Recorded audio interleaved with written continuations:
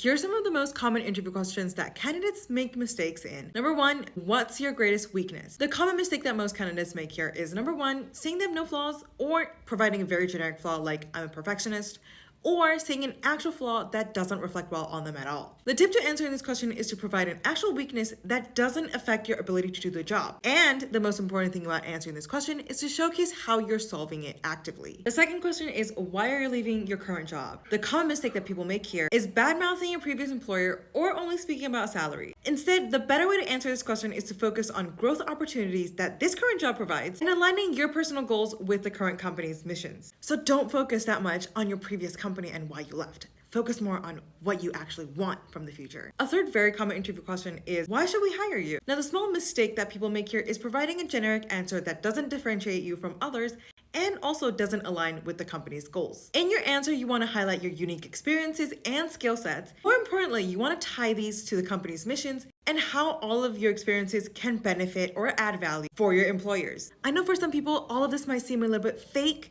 but this is all about selling yourself as a candidate. Listen, it's all about getting that offer and then deciding what you want to do with that offer later. Now, lastly is another very subtle but very big question that a lot of candidates make mistakes in, which is, do you have any questions for us? The most common mistakes that people make here is simply saying no or only focusing questions on benefits and perks. Sometimes in an interview, the questions that you've prepared have already been answered. So when the interviewer asks you if you have any questions, don't simply just say no. You can make it more professional by saying all your questions were answered in the interview and maybe point out the questions that you had before but was answered already. But having questions to ask the interviewer shows that you're a candidate that's curious about the role and you also come prepared to the interview. So if you're not sure what to ask, a good idea is to prepare some questions about the specific role, the company's culture, or any future growth opportunities within that company. If there are any additional questions that you guys would like us to cover, leave them in the comments below and we're wishing you the best of luck.